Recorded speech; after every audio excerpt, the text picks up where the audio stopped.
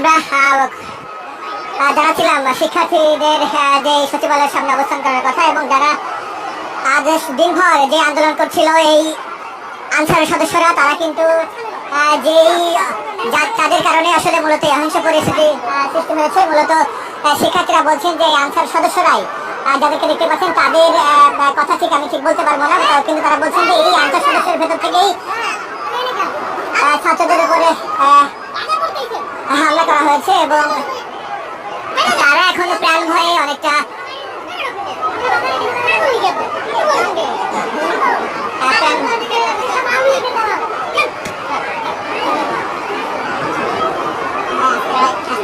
দেখতে পাচ্ছি যে শিক্ষার্থীদের সঙ্গে যে ধাওয়া পাল্টা ধাওয়া এবং শিক্ষার্থীদের উপরে অতর্কিত হামলা চালানো হয়েছে আনসারদের পক্ষ থেকে, এমনটা কিন্তু অভিযোগ করছেন শিক্ষার্থীরা। প্রিয় দর্শক, রয়েছে আমি বামন সোহাগ।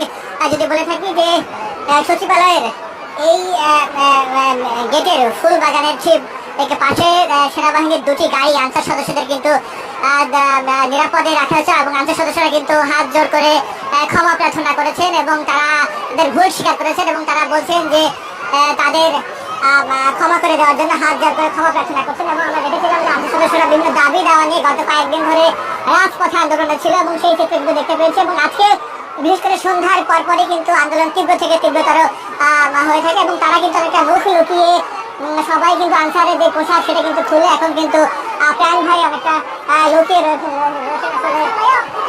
এই জায়গাটিতে,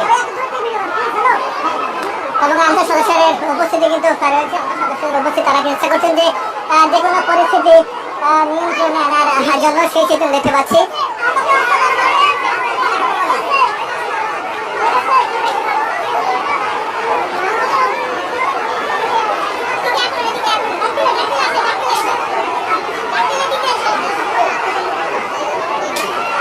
এবং আনসার সদস্যরা কিন্তু ইতিমধ্যে সেনাবাহিনীর কাছে আত্মসমর্পণ করেছে।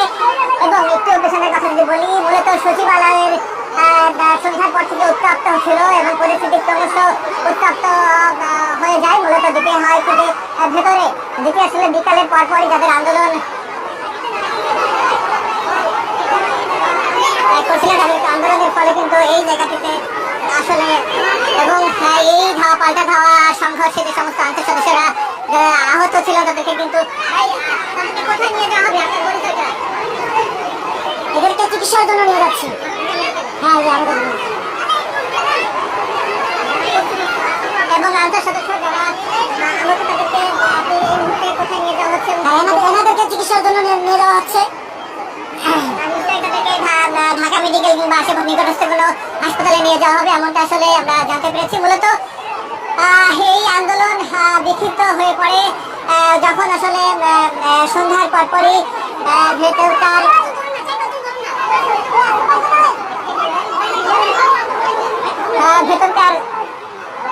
কর্মকর্তা কর্মচারীরা বাইরে যখন বের হতে পারছিলেন না, ঠিক সেই মুহূর্তে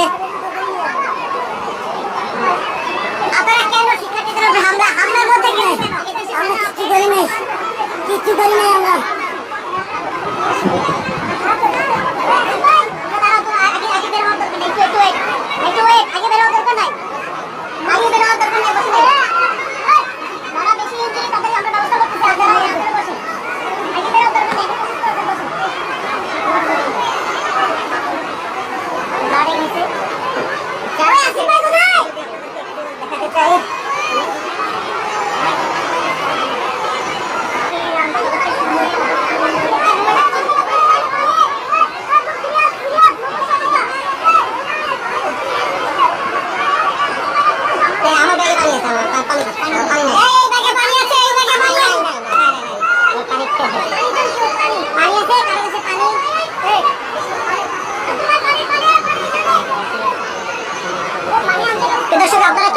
সমকাল লাইভটি দেখছেন এই মুহূর্তে, আপনারা কমেন্ট সেকশনে লিখে জানাতে পারেন, একই সঙ্গে লাইভটি শেয়ার করতে পারেন।